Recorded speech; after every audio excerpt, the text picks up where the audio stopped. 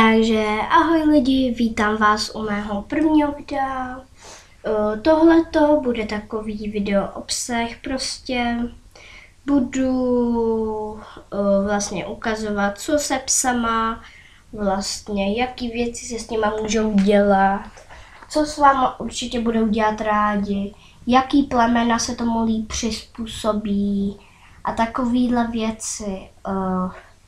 Vlastně teď jsem nemocná, takže na to mám dost času. Možná to uslyšíte v repráku, že nemluvím nejlíp. Pardon. Vlastně, no a ještě se mnou má točit moje kámoška, ale ta tady dneska není v prvním videu. To jsme ještě nějak jako nedomluvili, tak jsem řekla, že já natočím úvodní video. Takže doufám, že se vám tohle video bude líbit a spolu s tím další videa, tak aby jsme se někam dostali, tak tady představím mého pejska Luckyho. Luckysko, vstávej, dneska mě neuvidíte, jenom moje ruce, nohy a tak dále. Takže tohle je můj pejsek. Vlastně všechny videa budou s ním, protože na tom budu úplně všechno ukazovat. Protože to je můj vycvičený pejsek, je můj první, ale naučila jsem ho to pěkně jinak. Pardon. Takže tohle je boloňský psík, ruská barevná boloňka. Jsou to pejsci, který se hrozně moc rychle učí. Je to hodně šikovný pejsek, ale není to žádný lovecký pejsek. Je to polštářový pes, ale vlastně, že jsou taky dobrý, rychlí, takovýhle další věci. Tak, Luckysku, vstávej, vstávej. A vždycky, když nějakýho pejska chcete od něčeho otáhnout, tak tomu potřebujete nějakou hračku. Chceš? Chceš ji? Chceš ji? Vstávej. No tak vstávej. Vstáň, dělej.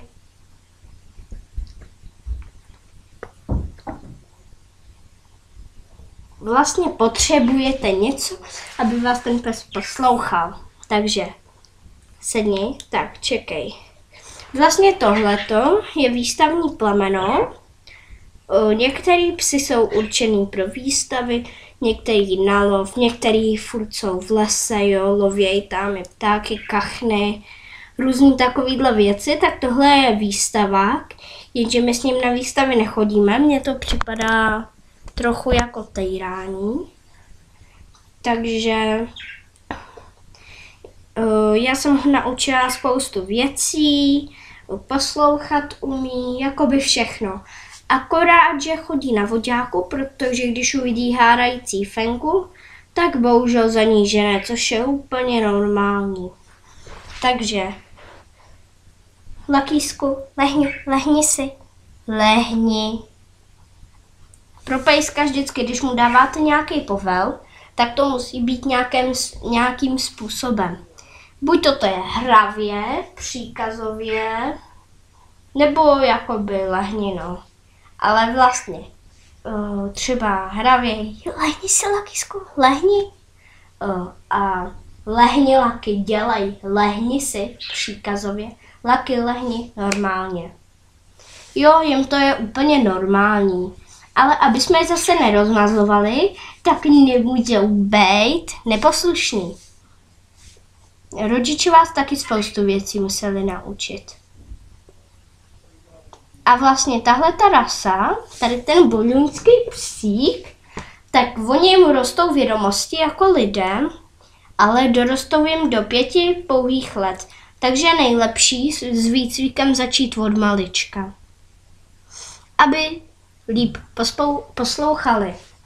Samozřejmě tohle je malý plemeno, to jste si mohli všimnout, kdyby to bylo velký, tak bych už musela točit kamerou. Já teda teď točím počítačem, ale to je jedno. Takže vlastně tohle je malý plemeno. Jak rádo to spí v posteli, jo. Ale na pejska zase třeba, když chcete, aby byl pěkně vycvičený, tak učení nesmí být žádný přísný, musí to být taky sranda, chodit s ním ven. Viď? No, takže takhle to je teda s pejskama. Musíte s nima chodit ven, užívat si s nima, někdy se s nima proběhnout, dělat závody různý, protože jinak pro ty psy je ten život nuda. Vemte si, jste pes a jak jste třeba ty domácí, jo. Celou dobu ležíte na gauči a čekáte, nebo jako my toho našeho zavíráme do kuchyně, jo, na deku ho dáváme. No a čekáte 5 hodin nebo 6, záleží, jestli jste dospělej a chodíte do práce na díl, že jo? A čekáte, než ten dospělej přijde. Ten přijde utahaný z práce, jenom vás vyvenčí a řekne si dej pokoj, teď jsem přišel. Jo, ale to nemůže. Se mu furt musí někdo věnovat, aby uměl tak dobře poslouchat. Prostě je to lepší, když ho mají na starosti děti. No samozřejmě, že rodiče všechno platí, postarají se o veterináře, ale děti těm psům jakože připadá mi, že víc rozumějí, protože jak jsou si věkově blíž, tak je to lepší. A zase ty děti musí mít rozum, nemůžou je tahat za ocas, za uši, za pačky, víš? Ale taky je dobrý se někdy s tím pejskem takhle poprat, hrát si, aportovat, to je s ním úplně to nejlepší. Chodit na psí louky, jo? Záleží, jestli máte fenku nebo kluka, to je pak už něco jiného, ale oni se takhle rádi s váma budou přetahovat. Pes, ten vám dá spousty lásky, ne jako kočka. Kočku si přitáhnete do baráku, dáte jí nažrat, jo?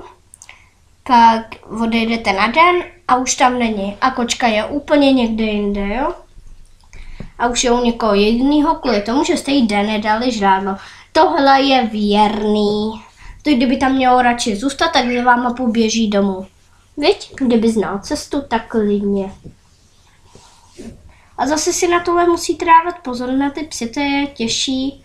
Měli by chodit na vodítku, protože bohužel hárají někdy fenky a sedni ještě chvilku laky. Tak. Hárají někdy fenky a bohužel tyhle ty zatím furt musí líst, no. Jinak ostatní si řekneme v druhém díle, tohle byla taková informačka. Doufám, že se vám video líbilo. Pokud ano, tak se nezapomeňte podívat na druhé video. Tak tímto se s váma loučím. Tak ahoj!